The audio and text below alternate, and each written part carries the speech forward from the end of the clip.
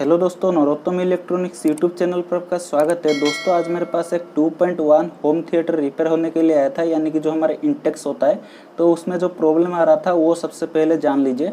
दोस्तों उसमें जो दो एक्सटर्नल स्पीकर होता है वो दोनों स्पीकर में बहुत ही कम आवाज़ आ रहा था, यानी कि ना के बराबर आवाज़ आ रहा था। तो इस प्रकार की अगर प्रॉब्लम आता है तो कैसे रिपेयर करना है वो मैं बता देता हूँ। और हाँ दोस्तों, उसमें जो बेस के लिए वूफर था वो बहुत ही अच्छी तरीके से काम कर रहा था, यानी कि उसका बेस में कोई दिक्कत नहीं है। उसका जो दिक्कत है उसका दोनों स्पीकर की दिक्कत है। तो स्पीकर को मैंने चेक कर लिया, स्पीकर बिल्कुल सही है। तो स्पीकर को चेक करने के बाद आपको इसका एम्पलीफायर को चेक करना है। तो देखिए दोस्तों, ये जो मैंने इंटेक्स को रिपेयर कर रहा हूँ इसमें हमारा 20-30 ऑडियो एम्पलीफायर लगा हुआ है इस प्रकार की। तो ज़्यादातर 2.1 होम थिएटर में इस प्रकार की 20-30 ऑडियो एम्पलीफायर लगता है।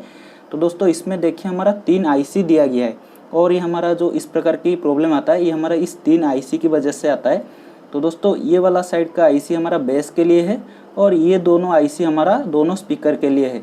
तो दोस्तों बेस की आईसी को हमें चेक करना ज़रूरत नहीं है। अगर आपका बेस ख़राब है फिर आपको ये चेक करना चाहिए, अगर बेस सही है तो इसको चेक मत कीजिए।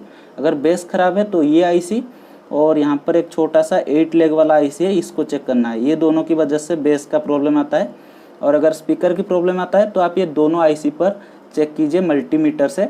तो ये जो दोनों आईसी है इनको ये मल्टीमीटर से कैसे चेक करना है उसके ऊपर मैंने डिटेल वीडियो बनाई है। अगर आपने नहीं देखा है तो ऊपर आई बटन में जाके क्लिक करके देख सकते हो। ये तीनों आईसी को आप इस मल्टीमीटर से आराम से चेक कर सकते हो।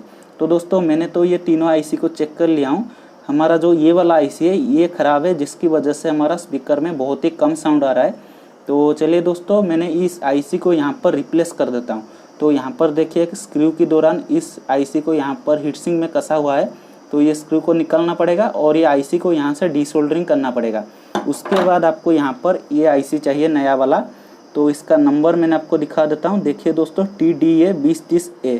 तो ये 2030 आईसी अगर बोलेंगे तो ये आईसी आपको मिल जाएगा लोकल मार्केट में, जहाँ पर इलेक्ट्रॉनिक्स की दुकान होता है।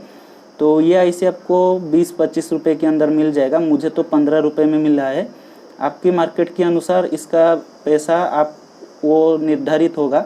तो आपकी मार्केट में जितना है वो आप पैसा दे देंगे और ये आईसी ले आएंगे। तो इस आईसी को यहाँ पर रिप्लेस करना है।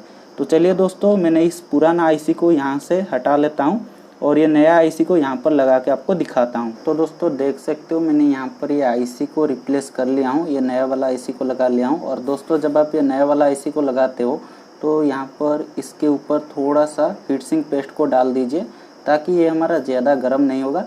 और यहाँ पर ये स्क्रू को अच्छी तरीके से टाइट मारिए। अगर ये थोड़ा सा भी ढीला रहेगा तो ये आईसी जल जाएगा ज़्यादा हीट होके। तो इसीलिए आप ये आईसी को अच्छे से टाइट मार के कस लीजिए। और दोस्तों देखिए मैंने यहाँ पर सोल्डरिंग भी कर लिया हूँ, देख सकते हो यहाँ पर अच्छे से ये हमारा आईसी का सोल्डरिंग हुआ है। तो इस प्रकार से आप ये आईसी को बदल दीजिए, आपका ये बोर्ड बिल्कुल सही हो जाएगा। और दोस्तों देखिए यहाँ पर ये हमारा पुराना आईसी है जो मैंने यहाँ से निकाला हूँ। और दोस्तों ये आईसी को बदलने के बाद भी अगर आपका ये जो इंटेक्स है रिपेयर नहीं होता है तो आप यहाँ पर ये जो डायोड लगा हुआ है इनको देखिए। और आईसी को बदलने के बाद अगर आईसी फिर से शॉर्ट हो जाता है तो ये डायोड को चेक कीजिए और एक कैपेसिटर वगैरह चेक कीजिए। ये जो 2 कैपेसिटर है तो यहाँ पर जितने डायोड लगा हुआ है उसको चेक कीजिए। तो अगर वो डायोड शॉर्टिंग रहेगा तो ये आईसी को बदलने के बाद भी वो आईसी ख़राब हो जाएगा। तो इसी प्रकार से आप ये 2.1 होम थिएटर को आराम से रिपेयर कर सकते हो।